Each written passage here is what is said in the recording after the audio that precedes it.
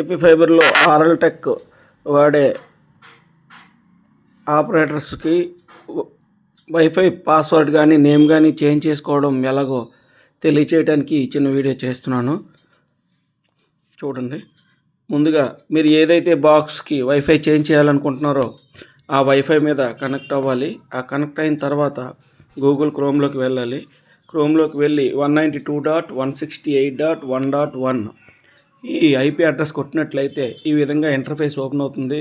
Open అయిన తర్వాత user name ఆటోమేటిక్గా వస్తుంది, యూజర్ అడ్మిన్ అని. పాస్వర్డ్ బాక్స్ వెనకాతలు కూడా ఉంటుంది, 1234. ఇది కొట్టి లాగిన్ అయితే ఈ విధంగా ఇంటర్ఫేస్ ఓపెన్ అవుతుంది. ఓపెన్ అయిన తర్వాత ఇక్కడ నెట్వర్క్లోకి వెళ్తే ఈ విధంగా ఓపెన్ అవుతుంది. నెట్వర్క్లో VLAN 2.4G ఇక్కడ చూడండి. ఇక్కడ SSID ఇగో ఆర్ఎల్ టెక్ అని నేను ఆల్రెడీ పెట్టుకున్నాను. ఇక్కడ SSID అనే దగ్గర ఆర్ఎల్ టెక్ అనేది మనం చెరిపేసి వేరేది ఏదైనా మీకు నచ్చిన పేరు పెట్టుకోవచ్చు.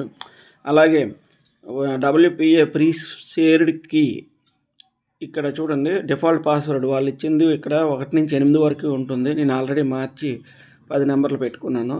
పెట్టుకున్న తర్వాత అక్కడ మనకి ఇది కావాలంటే ఇది కూడా చెరిపేసి మీకు నచ్చింది పెట్టుకోవచ్చు. పెట్టేసుకొని ఇక్కడ వీలైనంత వరకు కొంతమంది చైనా యాప్లు వాడి మనకి వైఫైని హ్యాక్ చేస్తూ ఉంటారు. అలా హ్యాక్ చేయకుండా ఉండాలంటే ఈ WPS ఉంది కదా ఎనేబుల్, ఇది కూడా తీసేయండి టిక్. అది తీసేసి అప్లై కొట్టండి. అప్లై కొడితే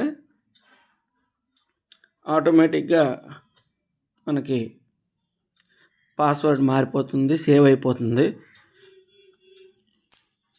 ఈ విధంగా చేసుకొని పక్క వాళ్ళు ఎవరో కూడా వాడుతున్నారు, తర్వాత డిఫాల్ట్ పాస్వర్డ్ ఉండడం వల్ల అందరికీ తెలిసిపోతుందని ఇబ్బంది పడే ఆపరేటర్లందరికీ కూడా కొంత వెసులుబాటు దొరుకుతుందని అనుకుంటున్నాను. ధన్యవాదాలు.